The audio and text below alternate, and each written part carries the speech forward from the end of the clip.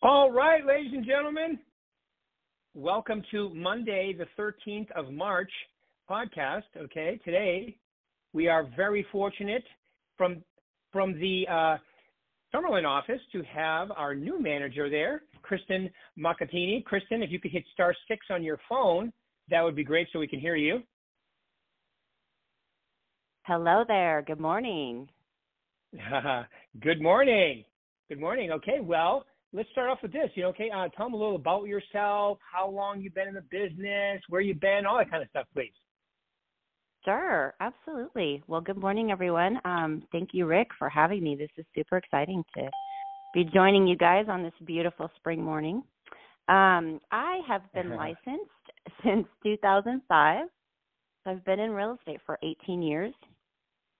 I started out with a different company working full-time for a couple of years, and then got busy with a kind of a different parallel career at that time in my life, and so was doing entertainment management along with my real estate, which actually partnered well at the time.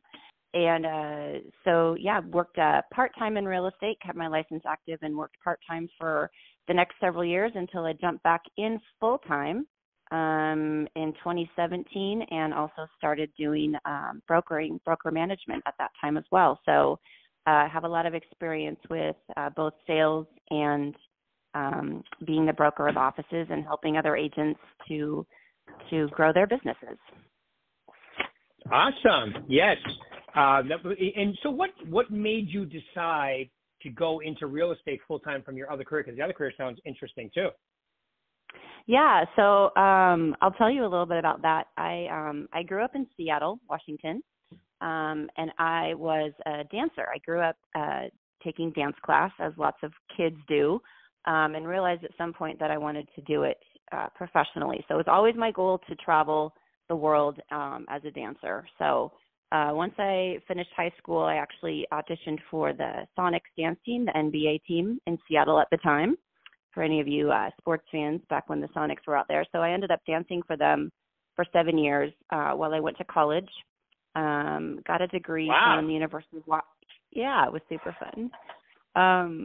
I got a degree from the University of Washington in communications because I figured that would partner well with whatever I decided to do after I was done with my dance career. So once I finished college, worked for Bank of America for a couple of years, actually, which was super interesting, and I loved it. Banking obviously goes hand in hand with real estate and helping people with their investments and whatnot. So that was all kind of laying the groundwork for my real estate career. But then I got an offer to go work on a cruise ship as a dancer. So I did. I took off, left Seattle, and went and traveled the world as I had told the universe I wanted to do. And spent a couple of years traveling and dancing professionally, which was amazing and super fun, and met lots of wonderful people and have lifelong friends from around the world as a result of that time in my life. But I actually ended up meeting my future husband on the cruise ship. He's from South Africa. And so we traveled and danced for a while before settling down and starting a family.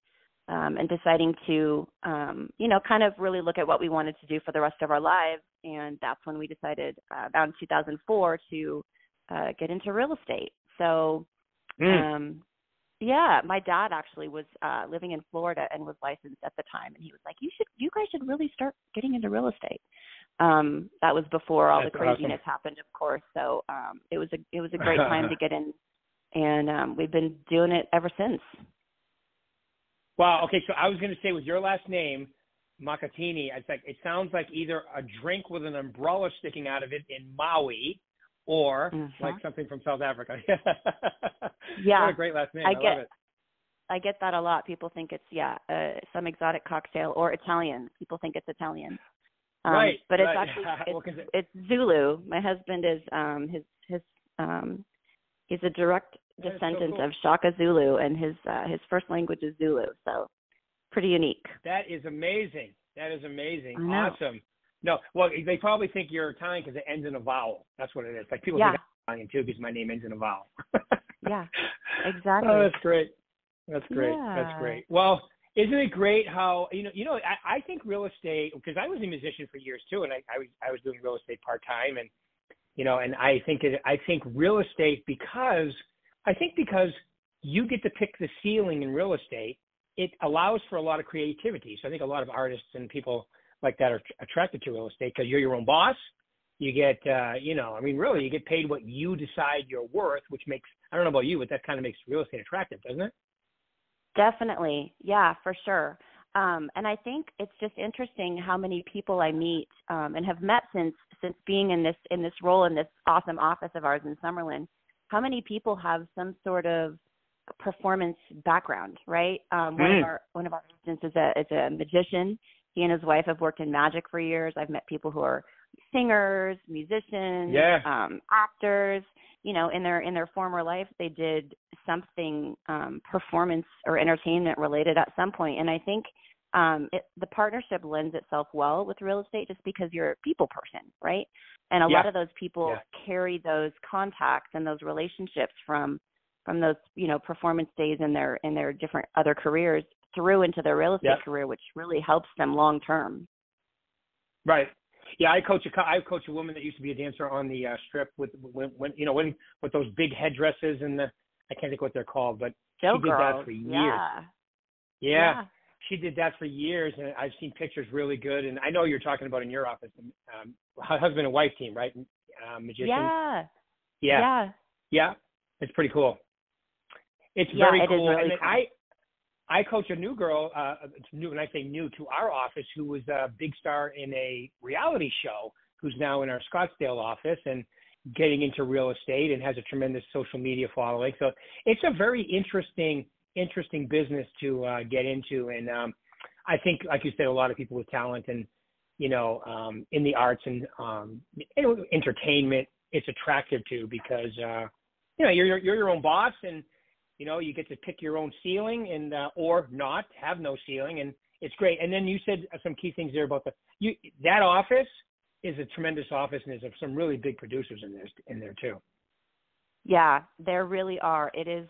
It has been so much fun to get to know these amazing agents and just learn how they run their businesses. There's everything from fantastic independent agents working on their own with no help, huge producers, to teams of people who are just run like a machine. Like they're just productive and they know their roles and they're in there, before even the office even opens in the morning, and they're there until 6 o'clock at night, just grinding and hustling and working. And it's just amazing to get to see all these different top producers in this office. It's super exciting. Yeah. It is. And I've been here almost 9 years now, and I pretty much know everybody now. I mean, it's crazy. And we have such talented, wonderful people. We also have, we're combining, and everybody, it's all been introduced out there. We're combining Summerlin into you guys are going to have your own location with Sahara branch. It's going to be great. And you're going to have, a truckload of, it's going to be like the St. Rose office. You're going to have a truckload of producers under one office, and that's got to be exciting too. It is. I know. I think Troy referred to it as we're going to be like a mega branch or something. I think he called it something like that, but it's true. Yeah. When I look at all of our agents, and I've just been really trying to spend time getting to know people since I've just been here since the middle of January, and then thinking of all of those equally amazing agents and teams and producers in the Sahara office that we're going to have the opportunity to get to know and join and work together. It's just like amazingly exciting. There's just so much potential for success and growth, independently, but then as a big team and one big branch, it's going to be unreal. I can't wait. Yeah, it's going to be good. I can feel it. And, it's going to definitely be, because, the St. Rose office is usually the highest award-winning office in the system I'm talking about for Berkshire Hathaway. And you'll see the week after at the convention, right? And then with that office combined, I will have probably two. We've had three of the offices in the top 10 since I've been here, but pretty statistically, St. Rose and, Southwest has been there too, and Sahara's definitely been there.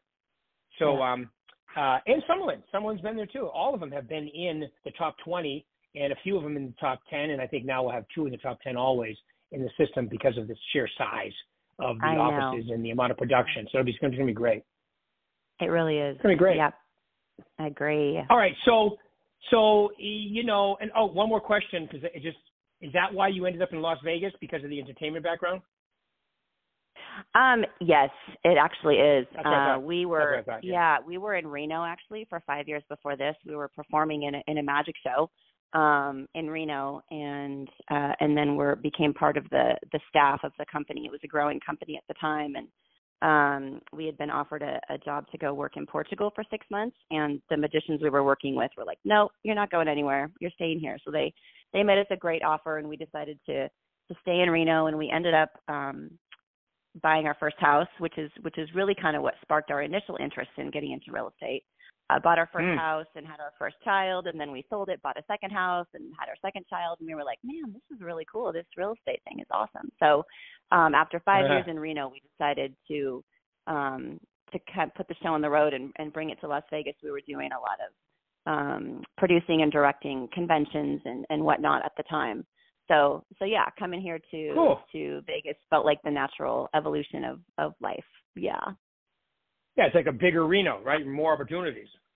Exactly. Yeah, completely. And you don't get snow here. And we don't get snow here. We love it. Las Vegas is the best. It's the best place to live. I truly believe it. You know what? It's funny you say that, because I moved here 12 years ago, and I said, yeah, I'll give it a couple of years, because Mike Ferry. I moved here because of the Mike Ferry organization, and now I love it here. I mean, I wouldn't move. It's the best. I think it's the best for a lot of reasons. I completely and real estate's agree. just one of them. Yep. Cool.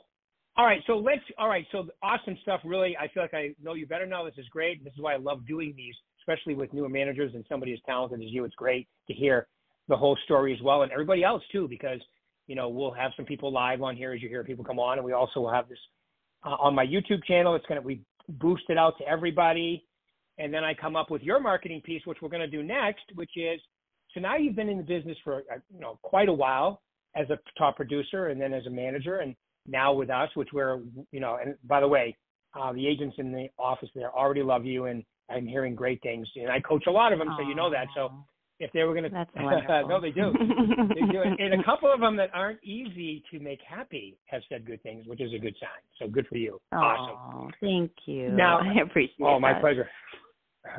My pleasure.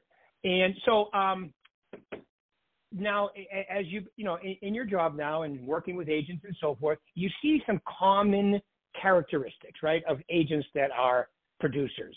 Maybe if you could give me your top 3, like when you think of an agent that's a top producer, you say, okay, they have these 3 things in common. What would they be?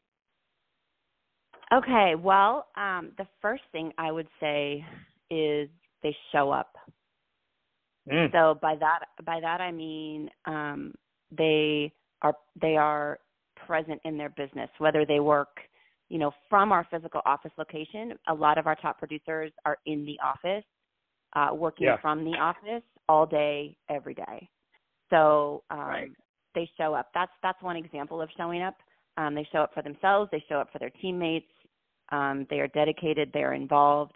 But we have a lot of agents as well who are top producers who work from home.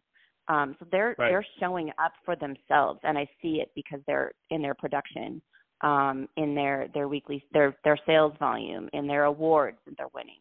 So they are engaged, fully engaged in their business full time. So that is that's a common thing I see. They're intrinsically motivated. So you don't have to tell them to work. They are working inherently. They're driving themselves and showing up for themselves. So that I think that's a common thread that I see between a lot of these top producers. Let me. That kind of was a 2-part answer to your question, I think. Right. So they show up. So I'm going to say. So they show up. It sounds like you say they show up physically, mentally, emotionally, like they're there, and they get it done. And some of them, like you say, show up at the office, and some of them show up at their home, but you can see it in their production. But you have to physically show up. in order to be good at this business. I personally like the office. I've worked out of my home. I've worked out of the office. I like the office better because you seem to get more done there. Yeah, exactly. I agree. And everybody works differently. Some people have kids, and so they need to work from home and have that flexibility. But I think those top producers, they're showing up and they're consistent in their work, whatever it is, whatever systems they've put in place for themselves. They are consistently working their database. They're working their sphere. They're working their leads. They're making their calls. It's really impressive to see the different ways that people have their systems set up, but they're using them and they're working them and they're engaged. So those are just some of the things I see, some common threads in the top producers. Yeah, I've got 3 here. So that was the first one that you explained well. Tell us a little about self-motivated. Like, what does that mean to you, and what do you see them doing in order to, engage in that part of it? Well, I think that there's a common personality type, and it's whether it's a team leader, or an individual agent. I see them as more of some of them are like an A-type personality. Like they're driven. They're driven to succeed. They with a slight competitive edge to it, to some of the agents that I see, which I love. They're looking at our board. We have this big whiteboard in the office where we list. We all new listings get put on the board, and all closings get put on the board. So these agents, they want to see their name on that board, and they're walking past it, and looking at it, and they're like, "There I am again. There's my new listing. There's my new listing." So it's fantastic from that perspective because they're getting recognition for the work they're doing, whether they're listing new properties or closing transactions. We also use that as a tool for new agents to motivate and inspire them to be like, I want to get on that board. I want my name up there with that guy who just has 8 new listings. So yeah, kind of that competitive drive for success. And again, in their own ways, however they're working that. And there's all different ways to be successful, right? Some people really, really are fantastic at working their sphere. Some people are on the phone making calls, with your coaching, how you coach and train them. They're taking those skills and those pointers, and they're doing them with consistency day in and day out. That is resulting in their name showing up on that board. So, they love the recognition and the competitive factor, like you just said. Like, I know that Matt Suter, he's got his people in there, and they work right out of the office. You got John McNamara, you've got Laurie and Lynn. You have so many. Yeah, Laurie and Lynn. You got so many people Janet in there. And David, they all do it. yeah. Right, Janet and David, and they're all doing it slightly different, but getting really good results. Yeah, absolutely. Yeah. We're trying to encourage people to, I'm trying to set up more opportunity for people to kind of connect and engage. I think post-COVID, it's, everybody kind of goes into their own corner and is doing their own business, but there's really a lot to be learned from each other because there are so many different ways to do things and to have success in business. So without giving away anyone's, secrets to success, I think that some of the things we're going to be doing, in our office, and then even bigger picture, like company-wide, to include and invite all of the offices together to share some of our successes and celebrate some of the things that people are doing and really learn from each other. I think we'll kind of pull people out of their individual corners and kind of get them together. And I think there's a lot more business to be done within our company, with each other. It's funny you say that because if you notice, your office is the only one that doesn't have that gigantic bullpen area. And I think that bullpen area is going to do some of what you just said for that office because people will be around each other more and, especially with 2 offices blended together. So there'll be it'll be like a refreshing change, I think, brand new building, brand new setup. I think it'll be really good for everybody to do that. And, the number one complaint we have about that office is it's hard to find. I know the first time I went there, it was a little hard to find. So this will hopefully solve that problem at the same time. Yeah, definitely. Yep. Right. And then the third thing you said, which I think was great, and I think you're probably learning that we have great ones here too, is systems. I agree with you. Mm-hmm. Top producers have systems. You know, they show up, obviously. They're definitely self-motivated and competitive. And I would even add recognition. They love recognition too, right? Yeah. That's why we're having the awards this Thursday. Yeah, for sure. I know. I'm so excited about that. It's one of the things that I noted as I was thinking about talking with you. It's something that I've seen a lot of agents over the past years, some newer agents, even some existing agents, kind of run their business as like a secret agent. You know, like they're doing their business, they're doing their thing. And that's my one recommendation is don't be a secret agent. You know, let every single person you know what you do, because you just never know. If they're not going to buy or sell, they might know somebody who does. Their neighbor might have just said something to them. And these people that you interact with in your life, whether they're through a network, through your kid's school, or through your church, or through a volunteer activity, or you know, whatever it is that you do through your, you know, your book club, or if you golf or whatever, everybody knows somebody, right?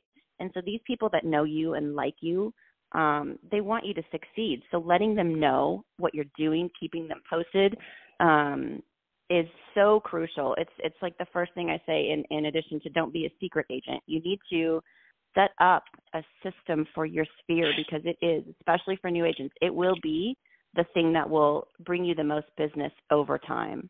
If you set up a system, put your contacts into your CRM, whether you use the one through the VAC, which is fantastic, by the way. I've just actually been using it myself since I'm new here. Whatever system you're using, use it diligently and really nurture your sphere. So that's like a key piece of success that I see a lot of these people doing. They are continually reaching out to these people that they know. Just setting it up in that system and using it.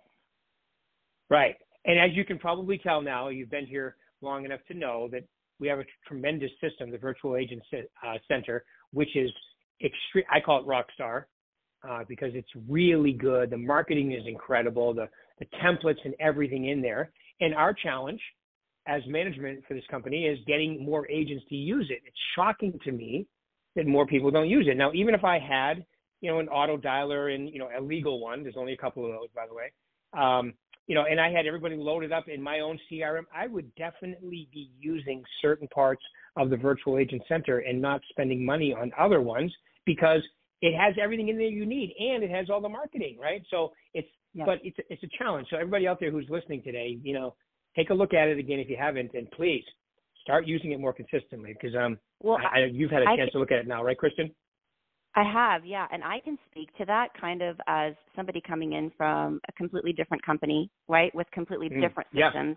So I kind of feel like I'm a new agent here, sort of. So it's been really, really fun and interesting to get in there and learn it. And I will tell you truly, there's a lot. So for the people that feel overwhelmed by the VAC, you're not alone. I get it. But what I have kind of tried to do is take one thing at a time. I've been working on the contact piece of the puzzle, and I actually set up like an accountability with one of our agents, Mary Thomas. She has a team. She's a fantastic agent. And she had expressed to me that she was struggling with like being overwhelmed with the VAC and the contacts. And I was like, let's do this. Let's set this up just one-on-one, me, you, and Lorette. We'll do it 30 minutes, and we will get like two things accomplished. Like we will get your contacts from wherever they are, wherever they live, in the cloud, on your phone, in the MLS, and we will get them into the VAC, and we will do this by this day at this time. And so we did. So we sat down and we made like huge progress.